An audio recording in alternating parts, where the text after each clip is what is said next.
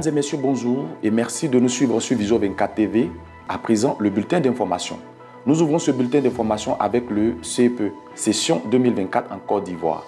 Les résultats du CEPE, session 2024, se sont connus depuis ce lundi 3 juin 2024. On note un taux de réussite de 83,46%. Félicitations aux admis. Éducation, CAFOP de San Pedro. 394 élèves maîtres prêts à inculquer le savoir. Le Centre d'animation et de formation pédagogique de San Pedro a procédé au baptême de sa 8e promotion d'élèves maîtres.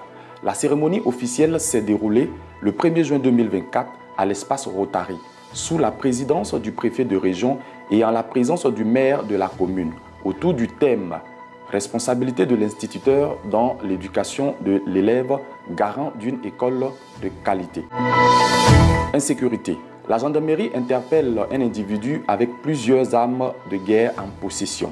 Dans une opération menée par l'unité de recherche de la gendarmerie nationale au cimetière de Bonikro dans la commune de Yopougon, les éléments ont pu mettre la main sur un individu qui s'activait à vendre des armes sophistiquées le dimanche 2 juin 2024. Une perquisition effectuée au domicile du suspect à Abobo Anokwa, les gendarmes ont découvert plusieurs armes de guerre. L'individu aux mains des forces de l'ordre répondra de ses actes devant la justice. Port-Boué. Violent affrontement suite à la décision de délocalisation de l'abattoir. Un cargo de police et des véhicules calcinés. Le samedi 1er juin 2024, un violent affrontement a éclaté entre les jeunes de Port-Boué et les forces de l'ordre. Cet incident a causé des dégâts matériels considérables, notamment des bus calcinés, un cargo de police incendié et bien d'autres.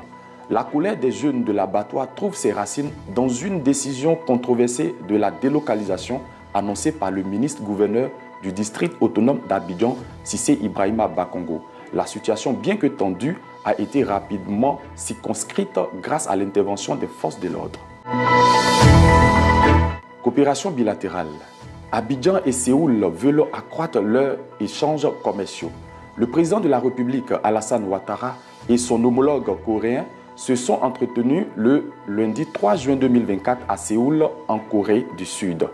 Ils ont souligné la nécessité d'accroître les échanges commerciaux entre la Côte d'Ivoire et la Corée et encourager les secteurs privés ivoiriens et coréens à nouer des partenariats dans la transformation du cacao, de l'anacarde, du caoutchouc naturel, ainsi que dans les domaines de la transition digitale, de l'innovation et de l'industrie automobile. Culture. La chante Maria Adé, bientôt sur la scène du parc d'exposition d'Abidjan. La chante Maria Adé signe son grand retour sur la scène musicale ivoirienne avec un concert suivi de son nouvel album. La date du 27 octobre 2024 est à cocher dans les agendas.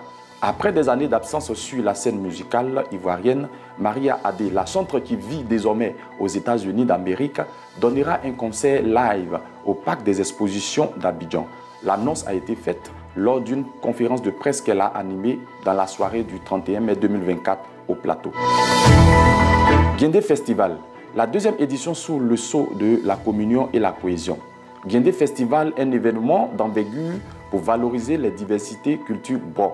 La deuxième édition du dit festival se tiendra du 24 au 30 août 2024 à Guindé, village du département de Tanda, dans la région du Gontougo. Cette édition se déroulera sous le sceau de la cohésion sociale entre le peuple bron et les Agnis, peuple invité. L'annonce a été faite par le commissaire général de ce festival le samedi 1er juin 2024 à une conférence de presse à Cocody. Sport, football, match international des U23. La sélection U23 est très attendue au Caire en Égypte pour livrer une double confrontation. Cette rencontre est prévue les 7 et 11 juin 2024. Il s'agit d'un match amical international entre sélections U23. Pour cette confrontation, 21 joueurs sont sélectionnés. Athlétisme, Diamond League. L'Ivoirienne Kone Mabundu remporte la course de 100 mètres en Suède. On le précise, la sprinteuse Kone Mabundu a fait voler le drapeau ivoirien très haut dans les airs de la Suède lors de la Diamond League le 2 juin 2024. Elle a gagné la course des 100 mètres en 11 secondes en Suède. C'est encore une autre distinction qui fait de la Côte d'Ivoire l'un des meilleurs pays en Afrique. Actualité à l'international. Claudia Sheinbaum devient première femme présidente du pays. Claudia Sheinbaum est rentrée dans l'histoire dimanche, étant élue première femme présidente dans l'histoire du Mexique, avec pour défi de contrôler la violence du narcotrafic et la violence faite aux femmes. L'ex-maire de Mexico, âgée de 61 ans, remporte une victoire écrasante avec 58 ou 60% des voix d'après les résultats de l'Institut national électoral chargé de l'organisation du scrutin. C'est la fin de ce Flash Info. Restez connectés sur Vision 24 TV, votre chaîne panafricaine. À bientôt.